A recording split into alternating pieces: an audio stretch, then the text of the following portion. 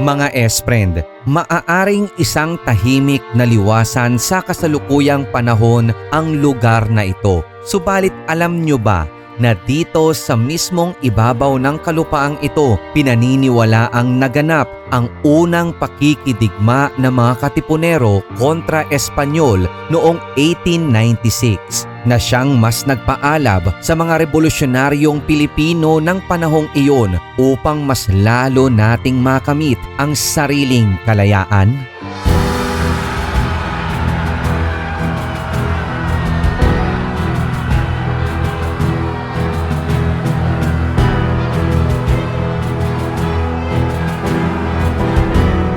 Ito ang pinakadahilan mga S-friend kung bakit pinangalanan nitong pinaglabanan. Bukod sa pagkilala sa katapangan ng mga Katipunero sa pangunguna ni na Supremo Andres Bonifacio at Emilio Jacinto bilang utak ng Katipunan, dito din itinayo ang pang-alaalang dambana ng pinaglabanan o ang Pinaglabanan Memorial Shrine. Kung tatanungin, ano nga ba ang naganap noong August 29, 1896 sa lugar na ito na siyang itinuturing na First Battle of the Katipunan, na pagtagpi-tagpi natin ng pinaka-timeline mga S-friend base na rin sa mga primary sources at available published studies. Ayon sa mga ito, gabi ng August 29, 1896 nang magtungo ang mga Katipunero sa El Polvorin na isa sa mga himpilan ng Puwersang Kastila sa San Juan del Monte. Ang unang grupo ay nagmula sa Mandaluyong at ito ay sa pangunguna ni na Supremo Andres Bonifacio at Emilio Jacinto, habang ang ikalawang grupo naman ay sa pangunguna ni Sancho Valenzuela na nanggaling naman sa Santa Mesa. Sa kanilang orihinal na plano, nais nila na kubkubin ang El Deposito upang tuluyan ng harangin o putulin ang supply ng tubig sa Maynila, partikular sa Intramuros na siyang kilalang himpilan ng mga matataas na opisyal ng mga Kastila ng panahong iyon. Hating gabi nang matagumpay na marating ng humigit kumulang 800 Katipunero ang San Juan del Monte. Bago magbukang liwayway ng Agosto 30, sinalakay ng grupo ni Bonifacio ang naturang Spanish garrison sa kabila ng mas moderno sa panahong iyon ang mga hawak na sandata at rifles nang hindi bababa sa 100 sundalong Kastila na nakahimpil sa naturang lugar.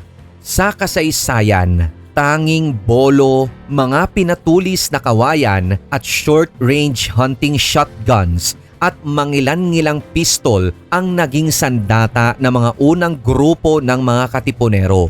Sinasabing naging casualty sa pagsalakay na ito ang Kastilang commander ng El Polvorin na kalaunan ay humantong sa pagkubkob ng mga revolusyonaryo sa El Deposito. Sa kabila ng tagumpay ng mga revolusyonaryo ay humantong pa rin ito sa kasawian. Dahil sa reinforcement ng puwersa ni General Bernardo Echaluce at sa hindi maitatangging mas advanced na taktika ng mga Kastila, ibukod pa ang katotohanan na outnumbered ang ating mga Katipunero ng sandaling iyon. 153 ang nasawi mula sa hanay ng mga ito, habang 200 kabilang na si Sancho Valenzuela ay hinuli ng mga Kastila. Sa kabila ng masaklap na pagkatalo, ang Battle of San Juan del Monte ang siyang naging hudyat at nagsilbing masidhing babala sa gobyernong Kastila sa nag-aalab ng galit at sa mga sunod-sunod pa o napipintong pag-aaklas ng mga Pilipino upang tuluyang makalaya sa ilang siglong pananakop.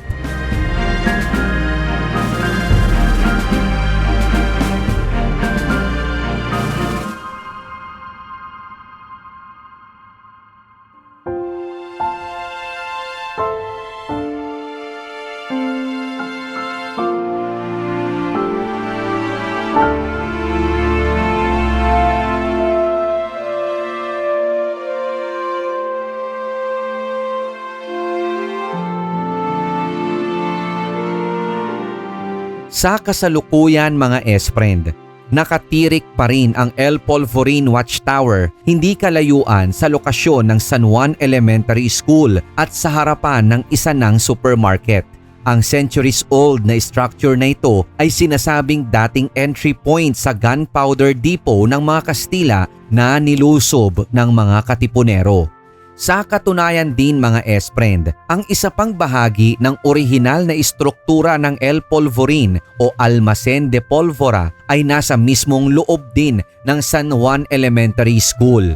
Ayon sa historical marker na ininstall ng National Historical Institute noong 1988, isinasaad na ang istrukturang ito ay ipinagawa noong 1781 bilang paghahanda laban sa anumang pagsalakay ng mga dayuhan sa Maynila ni Inhinyero Jose Belesta sa kautusan ni Gobernador General Vasco E. Vargas sa bisa ng Royal Decree ng September 24, 1779 para maging imbakan ng may 178 hanggang 1,000 kilogramong pulbura. Sinalakay ng mga Katipunero sa pamumuno ni Andres Bonifacio noong madaling araw ng August 30, 1896. Isang Kastilang artilyero ang napatay at ilan pa ang malubhang nasugatan.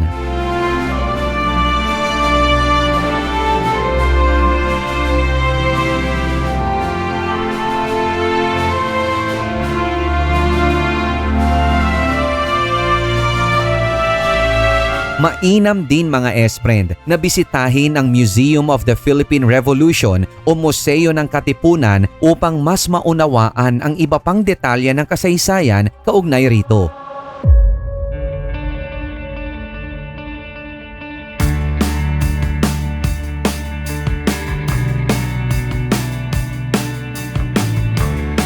Sa ilalim ng 5 ektaryang pinaglabanan shrine ay nakakubli naman ang isang underground reservoir na ginawa noong 1880. Sa parehong lugar mga S-Friend, inilagak rin ng mga sundalong Amerikano sa panahon ng World War II ang kanilang mga sandata. Sundan din ang separate episode natin mga S-Friend sa pag-explore sa ilalim ng Museo El Deposito, kaya abangan ang ating mga full museum tours sa mga nabanggit na NHCP museums.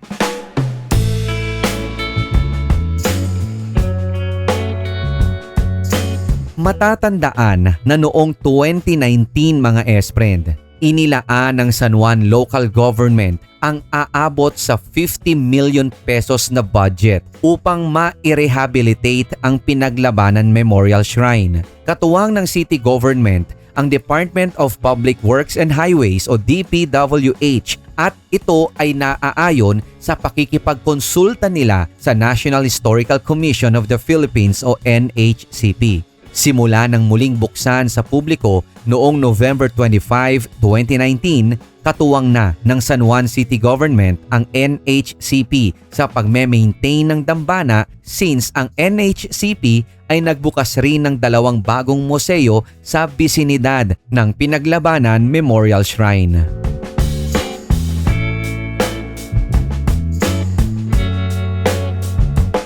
Sa parehong puok mga S-Friend, matatagpuan ang kung tawagin ay Spirit of Pinaglabanan. Ayon sa datos, ang tanyag na sculptor na si Eduardo Castrillo ang siyang may likha nito noong 1973. Isinasagisag nito ang kabayanihan ng mga matatapang na Katipuneros na inialay ang sariling buhay alang-alang sa kalayaan ng bayan at siyang naglagay sa San Juan bilang isa sa may pinakamahalagang papel sa Philippine Revolution. Matatandaang si Castrillo rin ang lumikha sa People Power Monument.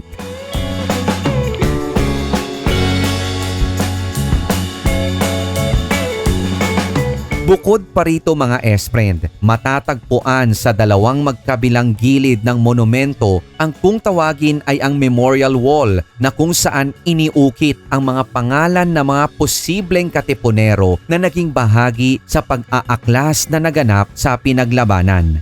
Ang mga ngalang inilagay rito ay base sa mga masusing pag-aaral ng mga local historians at sa mga unang pag-aaral na nailimbag sa mga history books. Katulad ng ibang mga memorial walls, sinikap ng mga mananaliksik na i-alphabetically arrange base sa apelyedo ang mga iniukit na pangalan.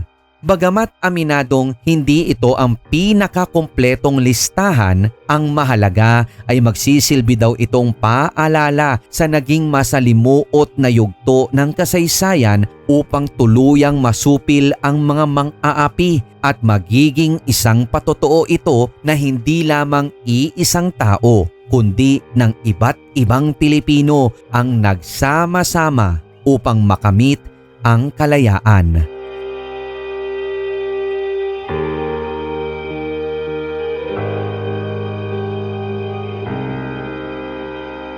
Sa gawing harap naman ng monumento, makikita ang kung tawagin ay eternal flame na siyang simbolo naman ng nag-aalab na damdamin ng mga Pilipino upang tuluyang makamit ang kalayaan ng bansa.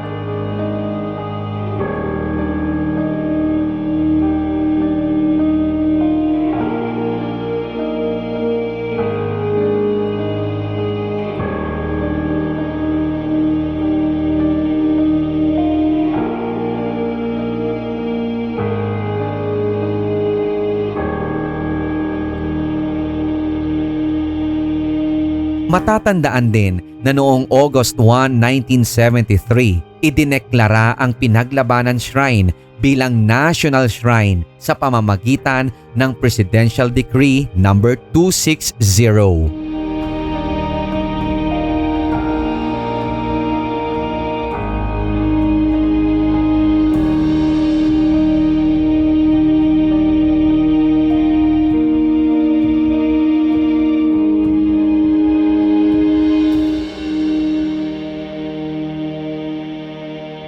O mga S-friend, lagay mo na rin sa inyong It's More Fun in the Philippines bucket list ang Pinaglabanan Memorial Shrine, maging ang mga kalapit na NHCP museums dito sa San Juan City. Hanapin lamang ang mga inilagay nating blue links na mga related episodes na nasa description o comment section. I-follow kami sa Facebook at mag-subscribe dito sa channel na ito, Urbex PH Plakado TV. Ako pong muli si Rico Loco, manatili lamang nakatutok dito sa channel at samahan nyo kami mga S-friend sa mga susunod pa nating side trip!